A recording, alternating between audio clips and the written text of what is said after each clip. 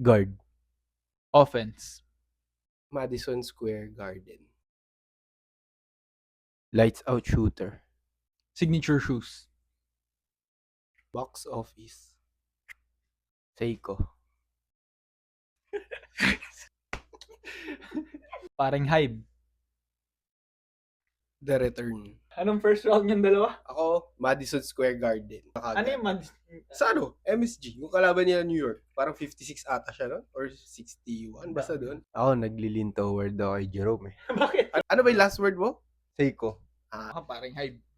After niya kasi mag-Seiko na Kasi parang hype siya. Parang Hive eh. sinabi yung Seiko, parang feel ko alam na ng impostor lahat. So, nagsabi na lang rin mo ng parang Hive. Kasi automatic Seiko. Ano pa bang isipin mo? Wait! Paano ko yun eh. Oh, Last word. Pang last ko na yun eh, para Oo. pag in-snipe niya. Wait, second answer ko, signature shoes. Yun na yung pinaka-snipe mo siguro. Hirap kaya magano sa Adidas ng ano. Wait lang, ikaw, Madison Square Garden, reason niya kasi nag-50 plus. So, bilangin mo ilang 50 plus si Damian Lillard sa ibang mga ibang home court. So, di mo hindi pa siya nag-50 plus sa OKC. Hindi siya nag-50 plus sa Golden Pero State. sketchy kasi mga answer mo eh. Offense, signature shoes. Tapos kung guard. Mag-guard. Oh. Guard ba first word mo? Oh. guard. Paano pag si Lonzo? Ba't ko sasabihin MSG? First Oh. word. MSG. Maganda lagi laro ni Lonzo.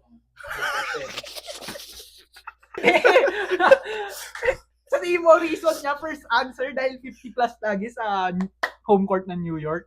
Ganun siya ka, ano? Sinecure ko na agad. Oh, parang ganun ba? Tingin sa tayo. Okay. 1, 2, 3. Ako. What's up?